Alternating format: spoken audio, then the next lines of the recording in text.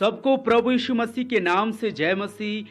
परमेश्वर का धन्यवाद हो, परमेश्वर की महिमा हो, परमेश्वर के अनुग्रह के लिए, परमेश्वर के प्रेम के लिए। मेरे प्रभु के लोगों, मैं दुआ करता हूँ, प्रार्थना करता हूँ, आप सभी परमेश्वर की उपस्थिति में सुरक्षित होंगे, अपने परिवार के साथ होंगे और कोई भी भली वस्तु की आप लोगों के जीवन में घटी नहीं होगी, कमी नहीं होगी। मेरे प्रभु के लोगों, आइए फिर से आज एक नए विषय में बातचीत करते हैं। मेरे आज के वचन का शीर्षक है मरे हुए सिंह की लोथ में से मधु को खाना। आप सभी जानते हैं कि हम जब न्यायों की पुस्तक में पढ़ते हैं, परमेश्वर के नाजिर, परमेश्वर के न्यायी शिमशोन ने क्या किया? मरे हुए सिंह में से शहद को खाया। आज हम इसी वचन को पढ़कर अपने जीवन में आत्मिक बातों को सीखेंगे। मेरे साथ निकाले न्यायों की पुस्तक 14 अध्याय। मेरे प्रभु के लोगों, वहां पर हम शिमशोन के बारे में सीखेंगे। न्यायों 13 अध्याय में जब हम पढ़ते हैं, दान के गोत्र में मानो नामक एक पुरुष था, उसके कोई भी संतान नहीं थी, क्योंकि उसकी पत्नी क्या थी? बांस थी। लेकिन परमेश्वर का अनुग्रह और परमेश्वर की दृष्टि उन पर होती है तो उनके एक पुत्र उत्पन्न होता है। जब हम न्यायों की पुस्तक 13 अध्याय वचन 24 में पढ़ते हैं, और उस स्त्री के एक बेटा उत्पन्न हुआ और उसने उसका नाम शिमशोन रखा, और वह बालक बढ़ता गया और यहोवा उसको आशीष देता रहा, और यहोवा का आत्मा सोरा और एश्तोल के बीच महनोद में उसको उभारने लगा। मेरे प्रभु के लोगों, न्यायों की पुस्तक 13 अध्याय 24 और 25 जब हमने पढ़ा, उसमें परमेश्वर का वचन कहता है कि उसके माता पिता ने उसका नाम शिमशोन रखा, और बालक बढ़ता गया और उसको आशीष कौन देता गया? यहोवा उसको आशीष देता गया, और यहोवा की आत्मा उसको उभारता गया। मेरे प्रभु के लोगों, उसके बाद जब हम 14 अध्याय पढ़ते, वहां पर यह बालक जो शिमशोन था, जो परमेश्वर का नियुक्त था, जो परमेश्वर का नाजीर था, जो परमेश्वर का अभिषेक था, जो परमेश्वर की आत्मा से परिपूर्ण था, भरपूर था, वो बढ़ता गया। और एक दिन क्या होता है? वो अपने माता पिता से कहता है कि मुझे एक फलिस्ती लड़की से प्रेम हो गया है, इसलिए मैं उससे विवाह करना चाहता हूँ, इसलिए आप दोनों मेरे साथ उसके घर चलो ताकि उनके परिवार से बातचीत कर सको मेरी शादी के विषय में। जब ऐसा होता है तो उस शिमशोन के माता पिता राजी हो जाते हैं, मान जाते हैं, और वो तिम्ना नगर को, उस लड़की के घर को निकल पड़ते हैं। रास्ते में क्या होता है? जब उसके माता पिता उससे थोड़ा दूर हो जाते हैं तो एक जवान सिंह शिमशोन पर हमला करता है। मेरे प्रियो, उस पर आक्रमण करता है। यहां पर हम जब न्यायों की पुस्तक 14 अध्याय 5 वचन पढ़ेंगे, 6 वचन पढ़ेंगे, वहां पर जवान सिंह ने उस पर जब हमला किया तो उसके हाथों में कुछ नहीं था, न छुरी, न तलवार, न कोई हथियार, ऐसा हथियार जिससे वो सिंह को घात कर सके, मार सके। लेकिन 6 वचन में जब हम पढ़ते, वहां पर लिखा है, तब यहोवा का आत्मा उस पर बल से उतरा, और यद्यपि उसके हाथ में कुछ न था तो भी उसने उसको ऐसा फाड़ डाला जैसा कोई बकरी का बच्चा फाड़े। अपना यह काम उसने अपने पिता या माता को ना बतलाया। मेरे प्रभु के लोगों, आज हम क्या देखते हैं? यहाँ पर वचन में जब हम पढ़ते हैं, शिमशोन जब उस लड़की को देखने जाता है अपने माता पिता के साथ, एक जवान सिंह उस पर हमला करता है और उसके हाथ में कुछ नहीं होता है, फिर भी वो उस शेर को एक छोटे बकरी के बच्चे की तरह मार देता, दो फाड़ कर देता है। क्यों? क्योंकि परमेश्वर की आत्मा उस पर थी। मेरे प्रभु के लोगों, आज हम इस बात से सीखेंगे कि परमेश्वर ने भी हमें अभिषिक्त किया है, परमेश्वर ने हमें क्या किया है? चुना है, अलग किया है, ताकि हम क्या करें? लोगों को उनके अंधकार के कामों से छुड़ाए। मेरे प्रभु के लोगों, इससे पहले हम शिमशोन नाम का मतलब सीखेंगे कि शिमशोन नाम का मतलब क्या है। शिमशोन नाम का मतलब है बलवान व्यक्ति, ताकतवर इंसान, शक्तिशाली पुरुष। और इब्रानी भाषा में जब हम देखेंगे तो इसका मतलब होता है रोशनी या उजाला, यानी कि शिमशोन को परमेश्वर ने एक ज्योति की तरह, एक शक्तिशाली पुरुष बनाकर इजरायली लोगों के बीच में भेजा, एक ज्योति की तरह, ताकि उनके अंधकार के काम में से उन्हें छुड़ाए, उनके पाप के कामों को उन्हें बताए, ताकि वो परमेश्वर के सामने तौबा करे, पश्चाताप करे, मन फिराए। मेरे प्रभु के लोग इस बात से क्या सीखते हैं? परमेश्वर ने भी हम लोगों को एक ज्योति की तरह, शिमशोन की तरह इस संसार में रखा है, ताकि हम लोगों को उनके अंधकार के काम को दिखाएं, उनके पापों को दिखाएं, ताकि प्रभु परमेश्वर के सामने आकर वो पश्चाताप करे, मन फिराए और बचाए जाए और नाश होने से बच जाए। मेरे प्रभु के लोगों, ऐसे ही हमें भी एक ज्योति की तरह इस संसार में रखा है। और जब हम क्या करते हैं, जब हम परमेश्वर के कार्य करने जाते हैं, तो क्या होता है, हमारे जीवन में भी बहुत सारी समस्याएं आती है, शत्रु शैतान आते हैं, हमला करते हैं, लेकिन परमेश्वर की सामर्थ और परमेश्वर का बल हमारे ऊपर होता है, परमेश्वर की अगुवाई, परमेश्वर का साथ हमारे जीवन में होता है। मेरे प्रभु के लोगों, इसलिए जब हमने प्रभु पर विश्वास किया, हमने प्रभु के अभिषिक्त जन हैं, हमने अपने पुराने काम, वो शेर क्या हो सकता है हमारे जीवन में? वो शेर हमारे पुराने काम हो सकते हैं, पुराना मनुष्य तो हो सकता है, हमारे पुराने बुराइयों के काम हो सकते हैं। उन बुराइयों के कामों को, उन पापों को हमने क्या कर दिया? छोड़ दिया। परमेश्वर की आत्मा की सहायता से उनको मार दिया है, वो खत्म कर दिया है, और हमने अपना नया जीवन प्रभु में शुरू किया है। मेरे प्रभु के लोगों, उसके बाद हम आगे वचन में पढ़ते हैं, जब हम न्यायों की पुस्तक 14 का 8 पढ़ते हैं, कुछ दिनों के बीतने पर वह उसे लाने को लौट चला और उस सिंह की लोथ को देखने के लिए मार्ग से मुड़ गया, तो क्या देखा कि सिंह की लोथ में मधुमक्खियों का एक झुंड और मधु भी है। 9 वचन, तब वह उसमें से कुछ हाथ में लेकर खाते खाते अपने माता पिता के पास गया, उनको यह न बताया कि मैंने इसको सिंह की लोथ में से निकाला है, कुछ दिया, उन्होंने भी उसे खाया। यहाँ पर क्या होता है? परमेश्वर ने दान गोत्र में से एक पुरुष को चुना, जिसका नाम था शिमशोन। क्यों चुना? कि परमेश्वर के लोगों, इजरायली लोगों का न्याय करे, यानी कि उनको क्या करे, उनको उनके काम जता दे, उनके बुरे काम, उनके पापों के काम जता दे, ताकि वो परमेश्वर से क्षमा मांगे, परमेश्वर की ओर फिरे। ऐसा ही परमेश्वर ने आज हमें क्या किया है? चुना है, अभिषिक्त किया है। इसके बाद क्या होता है? शिमशोन जब बड़ा होता है तो एक लड़की को देखने जाता है। मेरे प्रभु के लोगों, सब कुछ जानते हुए, परमेश्वर का नाजिर होते हुए भी हमें क्या करना है? हमें अन्य जातियों से कोई भी संपर्क नहीं रखना है, संसारिक लोगों से कोई भी संपर्क नहीं रखना है। वो प्रभु का नाजिर होते हुए भी क्या करता है? एक फलिस्ती लड़की से प्रेम करने लगता है, जो परमेश्वर के वचन के खिलाफ है। मेरे प्रभु के लोगों, आज हम ये ना करें। आज हम मसीह लोग क्या करें? अपने बच्चों का पालन पोषण मसीह में रहकर ही करें, और अपने बच्चों का जो विवाह मसीह के लोगों के साथ ही करें। मेरे प्रभु के लोगों, जब हम आगे बढ़ते, वो लड़का और उसके माता पिता, शिमशोन और उसके माता पिता उस लड़की को देखने जाते, रास्ते में क्या करता है? शेर उन पर हमला करता है। शेर को क्या करता है?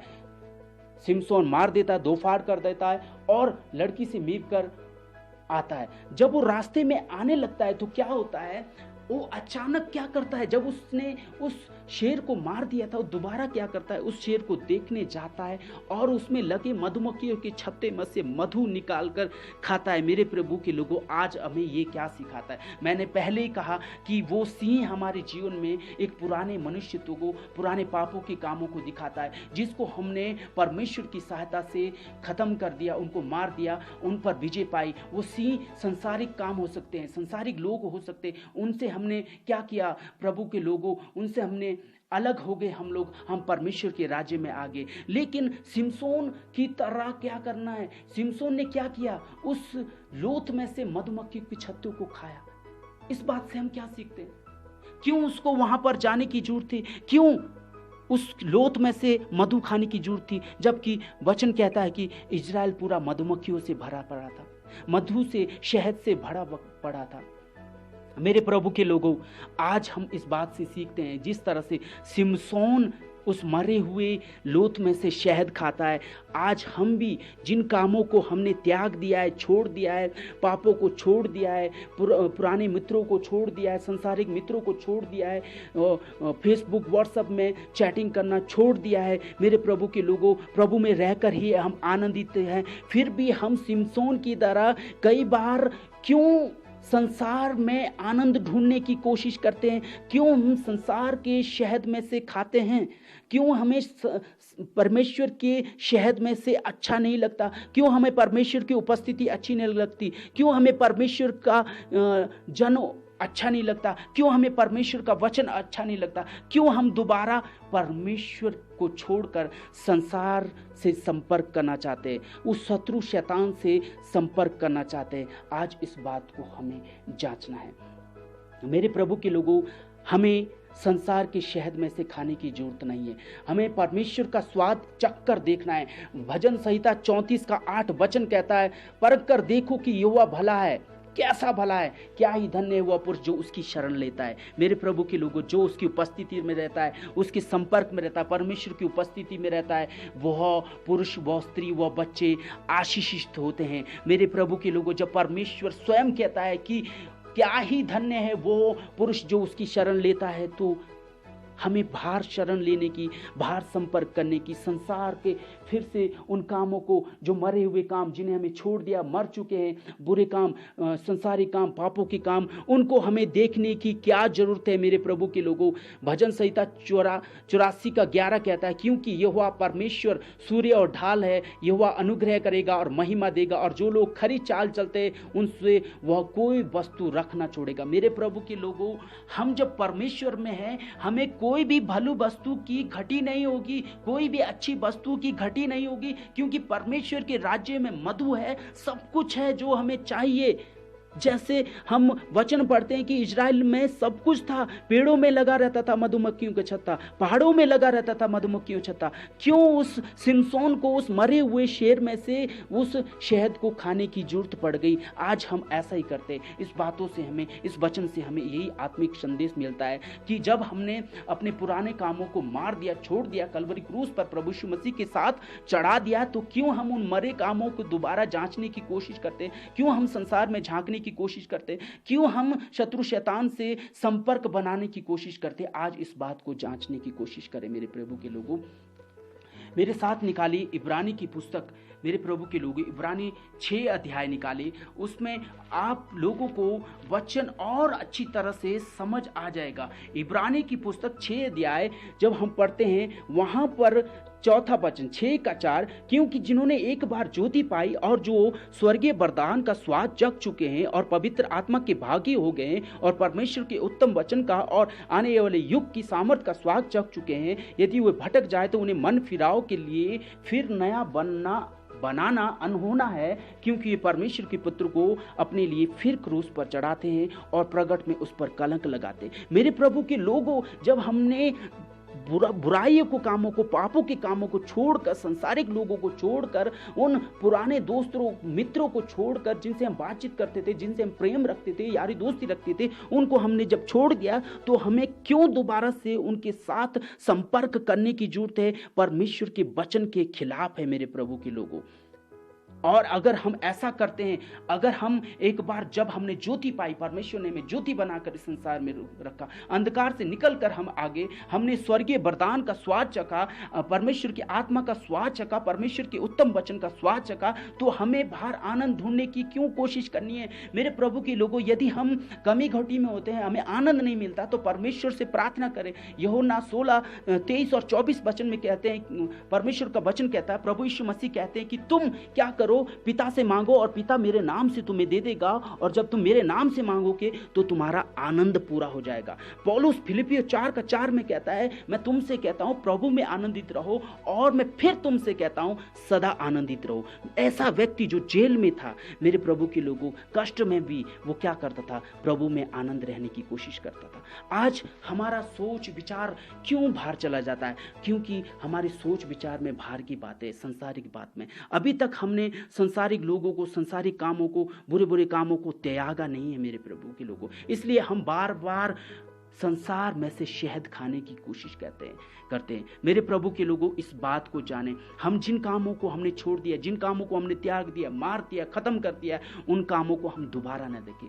जिस तरह से सिमसोन ने उस सिंह में से खाया, मेरे प्रभु के लोगों, पहली गलती उसने अन्य जाति की स्त्री से प्रेम रखा, उनसे संपर्क बनाने की कोशिश की। दूसरी बात, जिस सिंह पर परमेश्वर ने उसे विजय दिलाई, उस सिंह पर, उस मरे हुए सिंह पर क्या करता है, मधुमक्खी लगे हुए छत्ते में से मधु शहद को निकाल कर खाता है और अपने परिवार को देता है। आज हम भी ऐसा ही करते हैं। हम जब संसार में जाते हैं, संसार के साथ घुल मिल जाते हैं, संपर्क बनाते हैं, और हम क्या करते हैं, परिवार को, लोगों को भी उसमें शामिल करने की कोशिश करते हैं। ऐसा ना करें प्रभु के लोगों, सचेत रहे, ध्यान दे। उसके बाद हम सिमसोन का जीवन देखते हैं। उसके बाद परमेश्वर की आत्मा धीरे धीरे उस पर से उतरती गई। मेरे प्रभु के लोगों, जो वरदान, जो स्वाद, जो पवित्र वचन, जो वरदान, जो पवित्र आत्मा हमने चख ली है, उसी में हमें आनंद मनाने की कोशिश करनी है। प्रभु की संगति में, प्रभु के वचन में, प्रभु के संपर्क में, प्रभु के लोगों के साथ ही हमें आनंद मनाने की कोशिश करनी है। अगर नहीं करेंगे, जिस तरह से सिमसोन का आत्मिक स्तर गिरता गया, ऐसे ही हमारा भी आत्मिक स्तर गिर जाएगा। और हम क्या होंगे, हम ज्योति नहीं बनेंगे। हम क्या करेंगे, हमारी रोशनी मिट जाएगी और हम अंधकार के कामों में शामिल हो जाएंगे। परमेश्वर अपना अनॉइंटिंग, अपना अभिषेक हम में से ले लेगा, और हम नमक जो स्वादहीन होता है, जिसमें कोई भी स्वाद नहीं रहता है, जो पैरों तले कुचला जाता है, ऐसे ही हम कुचले जाएंगे। मेरे प्रभु के लोगों, ध्यान देने योग्य बात है, जब हम परमेश्वर के साथ है, परमेश्वर ने हमें संसार पर विजय दिलाई है। मरे हुए शारीरिक काम पर हमने परमेश्वर की सामर्थ्य से विजय पाई है, उन कामों को हमने मार दिया, तो हमें दोबारा से उन कामों को देखना नहीं है। अगर हम देखेंगे मेरे प्रभु के लोगों, हमारा आत्मिक स्तर, हमारा जीवन नष्ट हो जाएगा। हम परमेश्वर से आशीष पाने की कोशिश न करें। हमारा हाल ऐसे होगा जैसे कोई स्वादहीन नमक को, जिसका कोई टेस्ट नहीं रहता, उसको पैरों तले रौंद दिया जाता है। तो हमें ध्यान देने की बात है कि हमें परमेश्वर के राज्य में ही आनंद बनाना है, क्योंकि परमेश्वर के राज्य में कोई भी भली वस्तु की घटी नहीं होती जो परमेश्वर के साथ खरी चाल